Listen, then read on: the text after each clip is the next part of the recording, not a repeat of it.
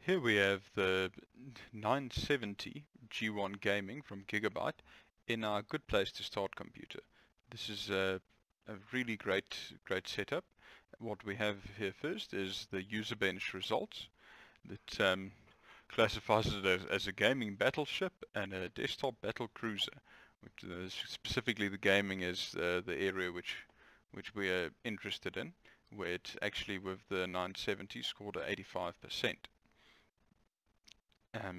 Basically, for most of our builds, we normally see this. We see that on average we get higher than the 50th percentile, meaning the match of components we have in our systems tend to perform very well. The specific case we can see here with our good place to start thing, it's in the 79th percentile, with our CPU performing in the 85th percentile. Our 970 here, which the G1 Gaming is performing in the 85th. If you overclock it, you can of course get it higher. Same thing for the hard drives. The hard drives performing really well. The memory is performing really well.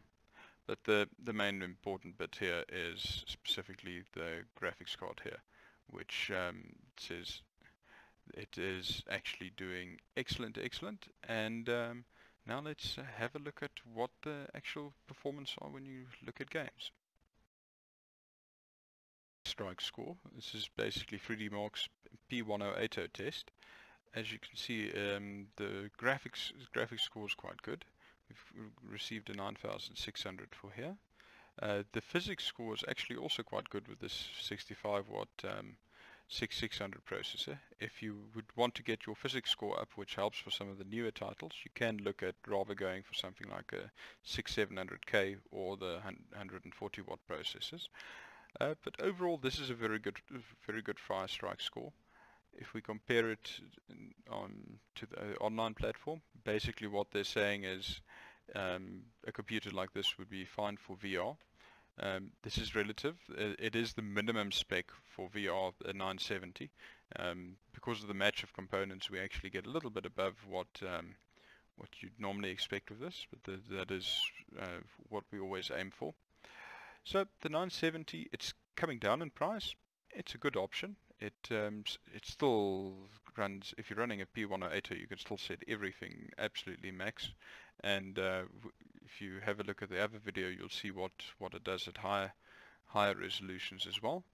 But yes, now let's go on and have a look what it actually looks like in gaming at P1080. Here we have Dota running at P1080 with all settings set to absolute maximum. The frame rates we're currently seeing here is about 120. It doesn't seem to be going higher than that.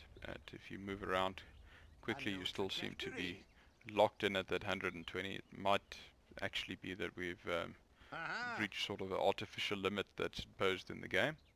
But I mean, if you've got that much headroom, for P1080, this is definitely more than you'd ever need. And it also means it's sufficient if you're looking to run P1080, but with a 144 Hz screen, then you're still going to get excellent frame rates with that.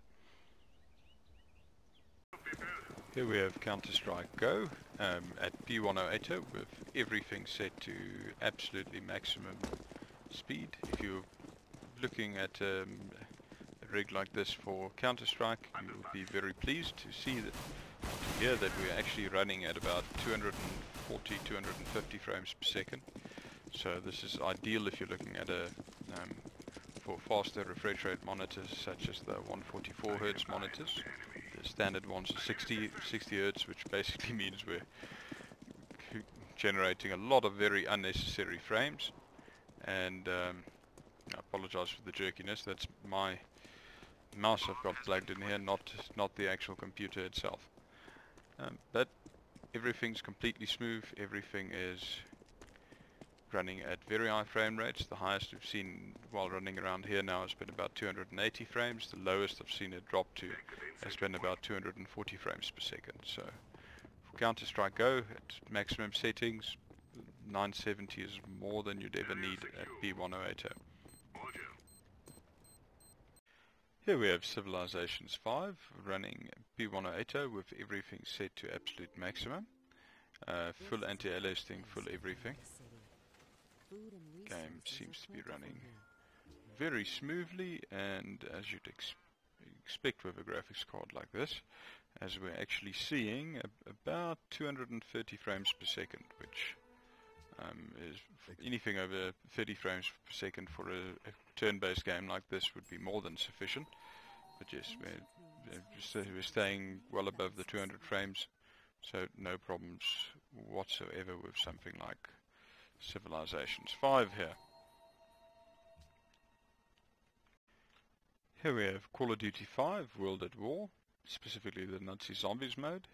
Just to have a look, what kind of frame rates do we get at P1080 with the 970, and it's actually seems to be quite a taxing game. This, we're looking here at roughly about 90 frames per second, which means for something like a faster refresh rate screen, you might actually want to look at a slightly higher graphics card for this specific game, which is quite impressive for such an old game, as for the most part this graphics card is more than sufficient to run incredibly fast frame rates at P1080, which we're running at here.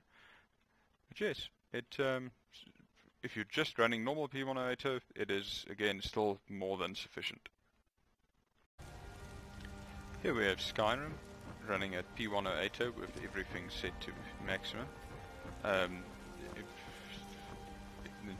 already automatically defaults to ultra settings for this graphics card, which you would expect with a game that is a few years older.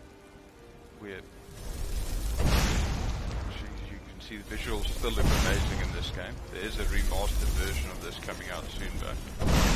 And unfortunately you can't deactivate vertical sync to see what kind of frame rates it would actually be able to run, but it's completely locked at 60 frames per second, basically no matter what we do.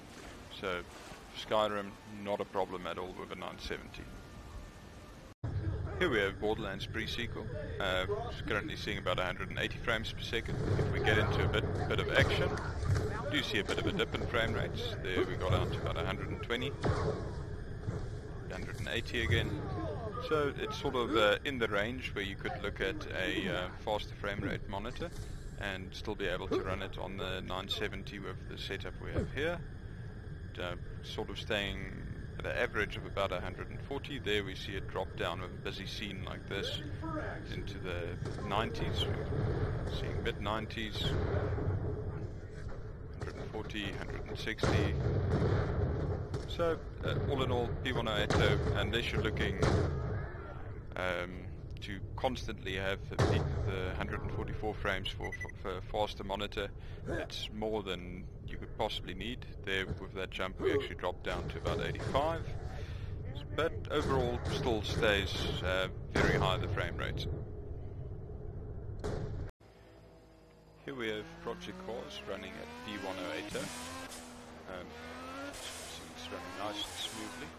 For some reason with the recording software it did not want to run in full screen mode, so we're running it as a tiny window, but that tiny window is actually P1080. And we're seeing sort of 130, 120 frames per second. Oops, the crash at 14 frames per second. But it seems to be running excellently at P1080 on the 970 here. There we drop down to 111 frames per second. But in general seems to be running quite nicely on here. Here we have Battlefield 4 at P1080. About 970. As you can see, it's running nice and smoothly. We're running everything on ultra presets here. Frame rates we're seeing is basically dropping down to about 110. Overall, it seems to be staying quite nice and high. There's 120, drop down to 105, down to about 90 through the bush. But great frame rates for playing at ultra settings, P1080. Lowest we're able to get on the test range here that we've been able to see is 90, and higher frame rates if you look at a scene like this, you get up to about 160, 120, 110. But overall, very high frame rates. 970 is probably sufficient to be able to really use a P1080 144 Hz screen, especially if you can get a hold of a G-Sync one, because then the slight dip in frame rates won't give you any frame shutter there.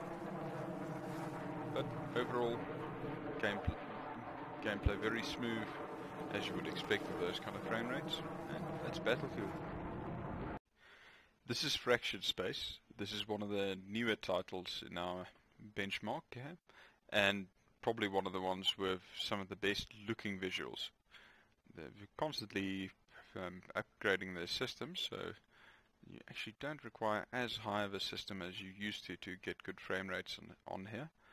But we're currently running everything at maximum at P1080, and we're seeing 100 plus frame rates. We're just seeing sort of just over 100 while firing here. If we stop everything and just look around, we're seeing sort of 120, 125, but for a shooter game, more than enough frames to be nice and playable. Let's just see what happens if we get a bit of an explosion from blowing up this other ship. Only dropped down to 98, so still keeping way above our 60 frames per second, which is our target here. So again, Fractured Space on a 970, no problem at all. Here we have 3D Mark's new TimeSpy DirectX 12 benchmark running on the GTX 970 G1 Gaming.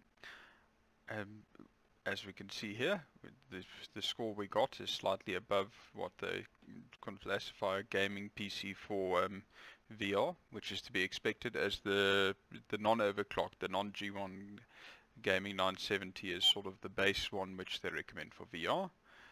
We're about halfway to a 4K gaming PC, and we're better than 32% of the tests that's been done here. So it's overall kind of what we'd expect. As you've already seen, this is a very nice graphics cards for most situations, and unless you're going for 4K, you really won't regret buying one of these. If you're looking for something to challenge your graphics card, this ARC is quite a serious challenge. Here we have the 970 running at P1080, and you can see it's a very busy terrain here, and we are only seeing about 20 to 26 frames per second, which is extremely low for this card. So this game is quite intensive. Let's have a look what happens at lower settings. Here we have ARC running on high instead of on epic on the 970. This is at P1080, and we're seeing playable but not great frame rates. It's the lowest we've seen here is 39, and it goes up to about 45 frames per second. So this really is a serious graphics card tester. This. Here's ARC set at medium settings now on the 970, and then we're seeing sort of low 40s to 50 about. And if we look at it, seems to really be an incredibly tough game this on the graphics card, as even on medium settings here, we see the lowest we've seen it drop down to 39 frames per second, and the highest is about 50. So this really is quite a serious graphics card intensive game here, but medium settings on the 970 at P1080 seems to be very playable.